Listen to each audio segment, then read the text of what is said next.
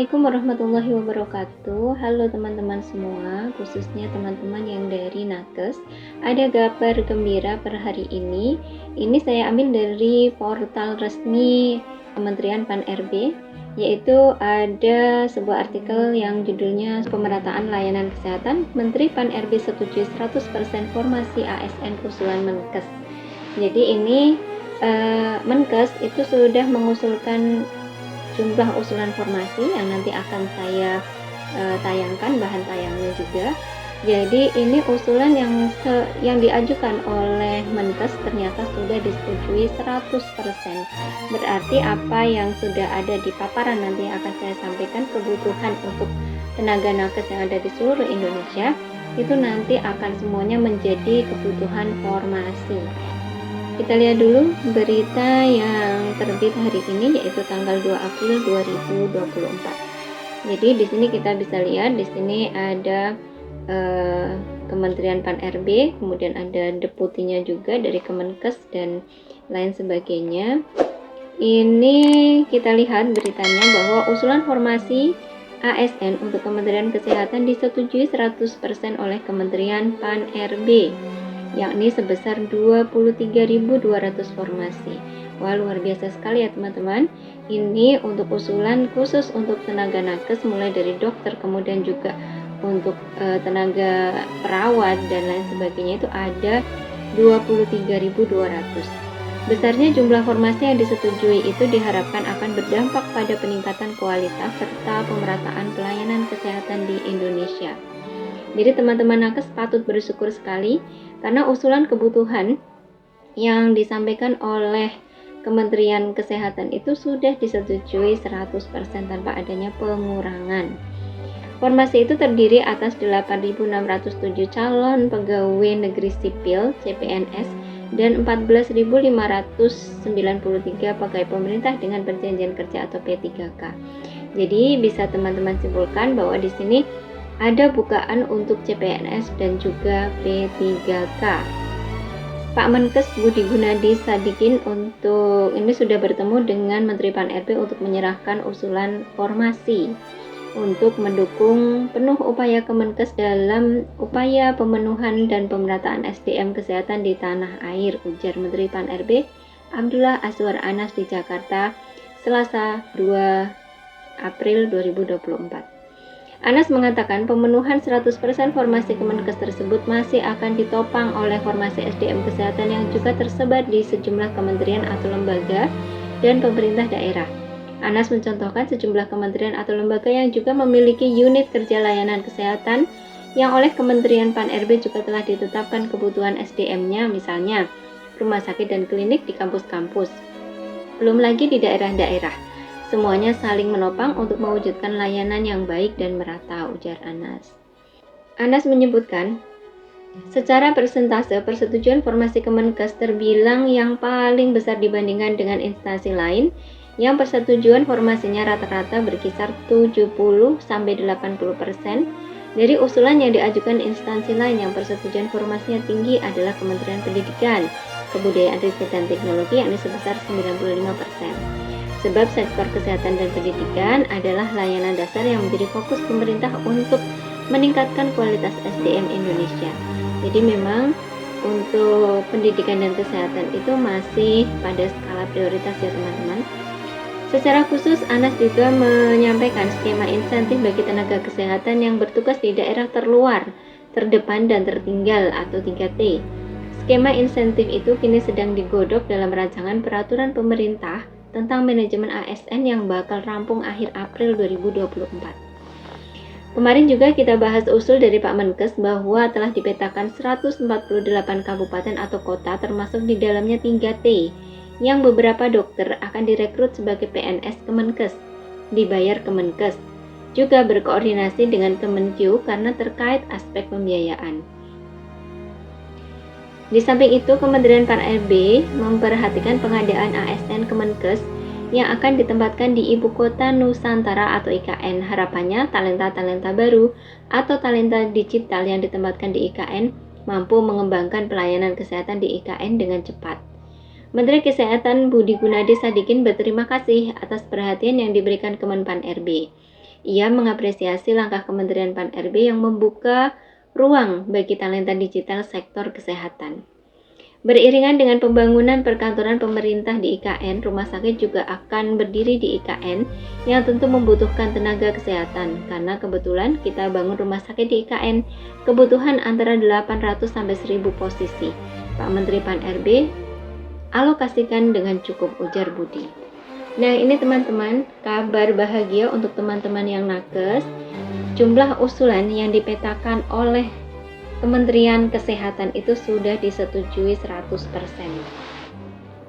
Nah, kita akan coba lihat untuk kebutuhan dari Kementerian Kesehatan itu seperti apa. Kita bisa lihat, ini adalah merupakan paparan dari Kementerian Kesehatan yang disampaikan dalam rapat koordinasi persiapan pengadaan ASN tahun anggaran 2024. Jadi kita bisa lihat, ini adalah slide resmi yang dari Kementerian Kesehatan. Jadi ini untuk arah pembangunannya kita lewati saja. Di sini transformasi SDM mendukung layanan primer. Di sini untuk kebutuhannya ada rumah sakit, kemudian ada puskesmas dan lain-lain. Ini teman-teman ya.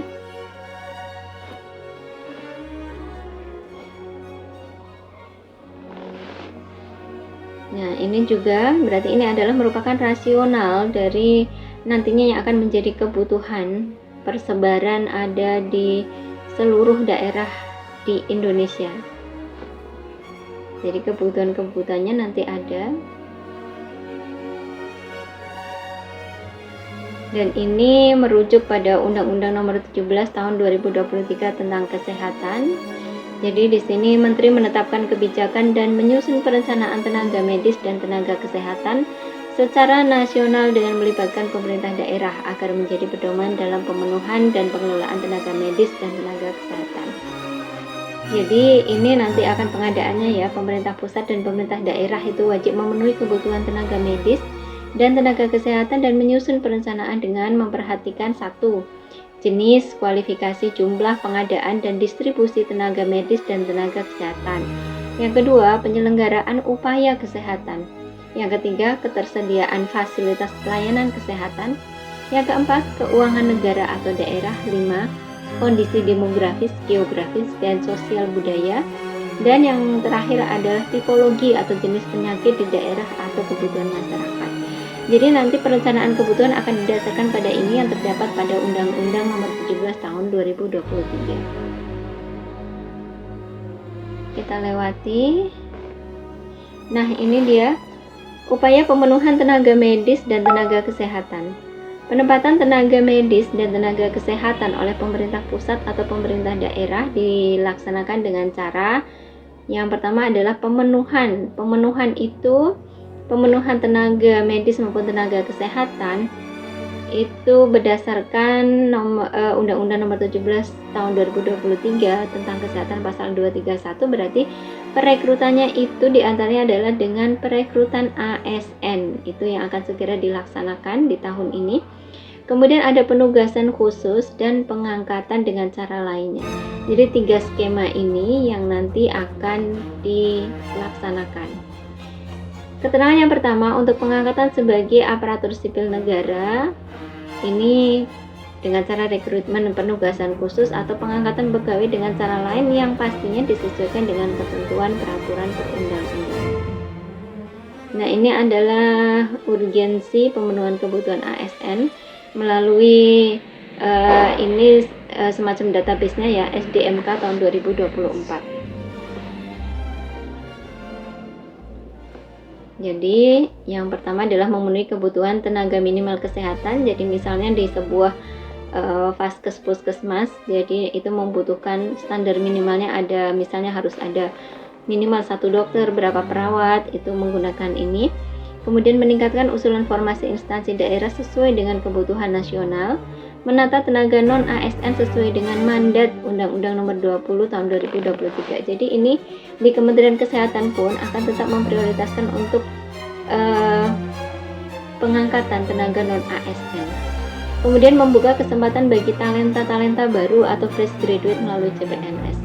Jadi jangan khawatir untuk teman-teman yang masih mempunyai kesempatan.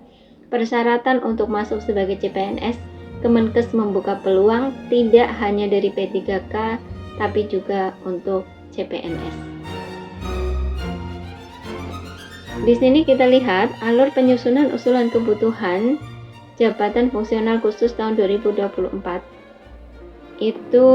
Ini berdasarkan SISDMK ya, ini untuk aplikasinya. Di sini terhitung ada Fasiankesnya, tim verifikator instansi dan lain sebagainya, sehingga ditemukan nanti rencana kebutuhan Kementerian Kesehatan yang kita bisa akses di sini. Kita klik. Nah, ini rencana kebutuhannya, ini hanya bisa diakses oleh yang bersangkutan, yang mempunyai, tentunya yang mempunyai kewenangan ya.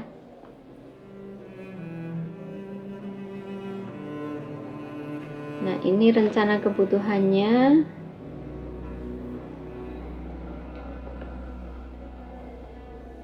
Di sini di seluruh Indonesia ada data-datanya. Kekosongan rumah sakit itu ada dokter spesialis anak, ada dokter spesialis bedah dan lain sebagainya. Ini ada semua wilayahnya. Nanti kita akan coba lihat yang ini. Nah, ini adalah kebutuhan minimal di puskesmas. Puskesmas lengkap 9 jenis nakes dan 2 penunjang sesuai standar Kemenkes. Jadi ini kebutuhannya, tenaga kesehatannya, kemudian tenaga non kesehatannya kebutuhannya seperti apa.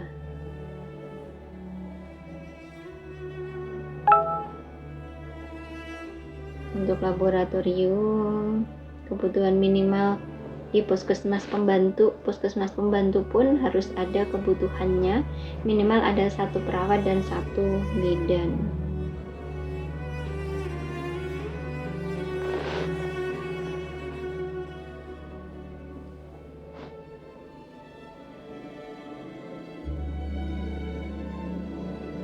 Nah, pada slide ini yang perlu kita cermati bahwa Kemenkes juga telah menyampaikan data kebutuhan prioritas, yaitu 79.144 tenaga medis dan tenaga kesehatan kepada seluruh instansi Pemda, provinsi, kabupaten, kota, dan instansi Kementerian Kesehatan. Instansi harus memastikan ketersediaan peta jabatan untuk kebutuhan prioritas. Jadi ini sama ya, dari kementerian itu membuat pemetaan, membuat rekomendasi yang kemudian disampaikan kepada instansi baik provinsi, kabupaten, atau kota untuk kemudian dimunculkan kebutuhan yang ada di daerah tersebut disesuaikan dengan rekomendasi dari pusat, yaitu dari Kementerian Kesehatan. Surat edarannya adalah ini. Nah, ini kebutuhan prioritas yang harus dipenuhi pada vaskes milik Pemda, kabupaten, atau kota. Jadi ini urutannya tidak urut dari abjad. Jadi ini ada jumlah nakes prioritas, ini kebutuhannya ada, saya contohkan ada Aceh Besar, itu kebutuhannya ada 209, kemudian PD ada 126, Aceh Utara dan lain sebagainya. Ini per masing-masing kabupaten atau kota ini sudah ada untuk jenis nakes prioritasnya. Jadi yang sudah menjadi nakes prioritas itu berarti yang sudah terdata.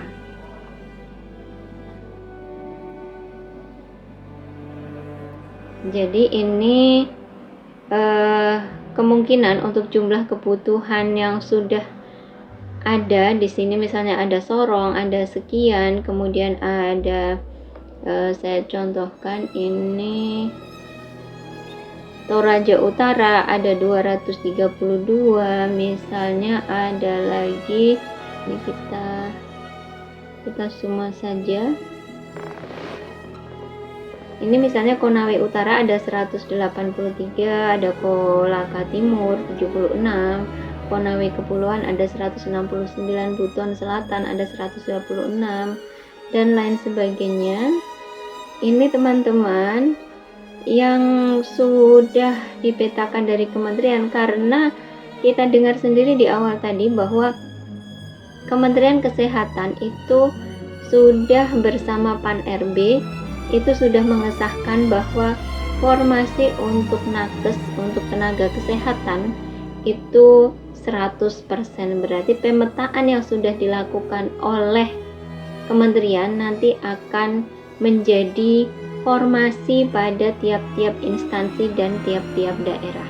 Maka berbahagialah untuk teman-teman nakes, karena ini nanti formasi akan penuh 100%. Jadi teman-teman yang kemarin sudah pendataan, teman-teman sudah ada pada database SI SDMK. Jadi ketika teman-teman sudah masuk ke sini, insya Allah nanti aman akan mendapatkan peluang untuk memperebutkan formasi, baik yang formasi berupa CPNS sesuai syarat dan ketentuan, dan juga formasi untuk P3K. Bagi teman-teman yang membutuhkan detail formasinya, silahkan chat di komen, nanti saya akan buatkan video berikutnya.